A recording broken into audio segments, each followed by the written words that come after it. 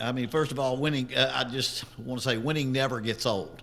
27th year as a head coach, you would think you would get used to it, but you lose a few ball games and you long to win. And we had a great win for us on Saturday after 4 losses and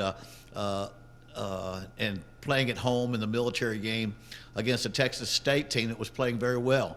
To play that game and win the way we won, boy, it was just a shot in the arm, a positive shot in the arm for our players and for everyone, because again, everyone works so hard to win football games. And if anybody ever tells you winning is easy, I mean, they're crazy. It's not. I don't care if you're the number 1 team in the nation or you're the 130th team in the nation. You fight hard to get them. I'm proud of our players. Because of the fact that they never quit believing they could win the game. And when you're building a program, I think that's the most important thing you can have, is a group of young men that don't fall into that group of, well, we keep getting knocked down, why get back up? And they did, especially after spotting a team 21 points in the first quarter and then having 4 turnovers, 3 in the second half, and still being in position to win the game. Doesn't happen very often. I'm sure if I coach longer, there'll be I'll get 1 loss for that 1 win, based upon the football gods were on our side in that regard. But if we had not kept playing hard and kept fighting, we would not have had that happen. As far as the game goes, our defense started slowly. Really weren't prepared we're not playing well against their offense. And in the second half, they made adjustments and had several key stops, 4th down stops, turnovers that we had that our defense stopped them and gave us a chance to win. Offensively, when we got down from the defense, and we had a punt return for 58 yards as well that led to a score. The offense kept putting points on the board to catch up with Texas State. Maybe the biggest one was with 40 seconds left in the half. We get the ball back and we drive down for a score right before the half ends, and gave us some momentum to make it 24-17. That was big for us, and it gave us some momentum, at least a sense of we're just 1 score down. But anyway, it was very good, very very good win for us, and we enjoyed it. But we're now getting into full practice today, Tuesday, for an even bigger challenge, and that's Georgia State. And they are going to be a great challenge for us, because Georgia State is doing what Georgia State does since Sean Elliott's gotten there. They play a very difficult schedule to begin with. They're 0-4. They're 1-4 last year, and every year the last 3 they go to a bowl. And if there was a program that I want to say, men, look what Georgia State is doing. That's what we need to understand. Tough preseason schedule may get you beat. You may lose a game, but don't lose confidence. Don't lose belief in yourself, because this conference is not won. Your season's not over till the end of November. And now we're in a position now where we face a Georgia State team that has won 1 more than us, but they are also in the same situation we are. They are a very, very good football team. We're going to play one of the better teams in the conference. It's hard to watch Georgia State without thinking of Appalachian State, because I remember Sean when he was at Appalachian State, and I've coached against them many times. It's going to be a heck of a running attack, quarterback and running back, and they're going to play tenacious defense. When you look at the amount of yards they give up running the football against G5 teams, it's barely 100. 5 times I want to say they've held teams to 100 yards or less rushing the football, and that makes teams one-dimensional. And it's kind of what it defines them very much. So they've got a veteran quarterback, a veteran running back, a defense that's playing very, very well, and they've won 4 out of their last 5 ball games. So again, it's a big challenge for us, but I think as long as we're here, we're going to have these kind of challenges toward the end of the season. And whether it's Georgia State or Appy State or Coastal Carolina or anybody on the eastern side of the league, we're probably not going to get too many teams that can't play pretty well. So we're excited about the opportunity and looking forward to going over to Atlanta and playing Georgia State. Ty Howell continues to put up big numbers. First of all, how he's done this, and then you guys got to get a little bit more creative on ways to get him the ball. Well, I think the more he does, the more you want to get him the ball.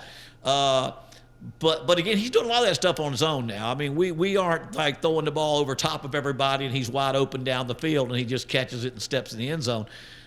All of his plays were catch a short pass, make somebody miss, break a tackle, and then make it to a big play. So he makes his own breaks. He makes his opportunities by going out there and playing well. He is a big factor on the field, the way he plays. There's only so many ways you can get a man the ball, but like I say, I think the thing about him, if you just get it to him enough, there's a play or two that he can make on his own. And so we've got other people that we need to get the ball to as well. But if there's any thought of double him high and low with a corner and a safety, it only helps us out. So if there's any thought of that happening, it gives us opportunities to move the ball in other ways. But he's had some very good games, and I think his talent is making itself known out there. I'm not saying something that would be a surprise to anybody that watched us play. Chandler Rogers, how rough was he on himself with that fumble at the end, and what advice did you give? Well, I sure made it clear to him that you can't be a leader and you can't be a quarterback of your credentials and of your reputation and the leadership that you have by having two poor turnovers that were poor decisions. Even the interception was a throw he should not have made. There was one guy wide open. He tried to get a little more yardage, and it was a point in time right after half when we had already had two interceptions in a row, 2 weeks in a row prior to that, coming out of halftime. And so that's one that you don't make. And then when you're the last minute of the game, cover the ball, two hands on the ball. We may get a first down, but if we don't, the worst thing that's going to happen, we're going to punt and make them go the length of the field. And so I think he felt bad about it. I know he knows he's got to make sure that doesn't happen again. But I can say that because he knows how much I respect him and how much I expect of him because he's such a great leader, a great quarterback, and does a great job for us. But like any of our players, we had fumbles by two receivers.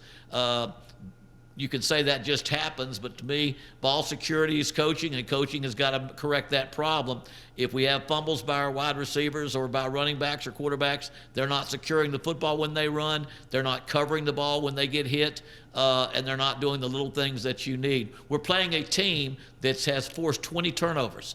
Georgia State's top 5 or 8 in the country in forcing turnovers. They've forced 20. Compared to 6 for us. So it kind of tells you how good they are. So if we don't secure the football, and if we don't make good decisions, they're going to eat that up, and you're going to see turnovers. And if we have turnovers like last week, you can forget against Georgia State. You can forget winning a football game against Georgia State, spotting them 21 and having 4 turnovers. Coach, talk about what a weapon Devin McCormick has come as punting. He leads the conference now in punting, averaging over 44 yards, had a big kick in the game last week. Right. Just talk about his development from last year to this year and how much he's helped in terms of flipping the field position. Well, Devin McCormick was an All-American Division III player at Ave Maria when he decided to transfer, jump in the portal, and we picked him up. He had already kicked, and I like to think whether you're Division III or Power 5, the air is the same. You know, there's just as much air, there's just as much density and difficulty. The ball has to be punted off just the same. So if you can punt Division III, you ought to be able to punt in Division I, and he's done just that. And really all we have to do is say, Derek, don't out-kick your coverage too much, because the very first one, we had a 58-yard return. But as far as a guy that can punt the football, most of the time he's putting us in better field position because he's punting it so far. And when we do have a weakness, it's because we don't punt it high enough. I mean, sometimes I'd like a 40-yard punt that's a real high than a 55-yard punt that the return man, we're 10 yards away from him when he catches the ball. But he has been great for us. He had some critical punts at the end of the game to make the other team drive the length of the field, and he's done very well with that. And he's a great young man that works hard at his trade, has worked hard to become the punter that he is, and he's been a blessing and an honor to coach him and his brother Derek, who's a future kicker for us. Coach, All right. want to Yeah. ask you last, the productivity you're getting from the defensive line. Quincy Ledet had a big game last week, matched his career high with 6 tackles. Right. The progress that he's made, Kennard Snyder's come in and really had an impact during the second half of the year. And then you got the Wiley veteran out there and Caleb Thomas. Yeah. Talk about those front 3 guys. Well, I mean, it's critical for us. We don't use a 4-man front, but a 3-man front.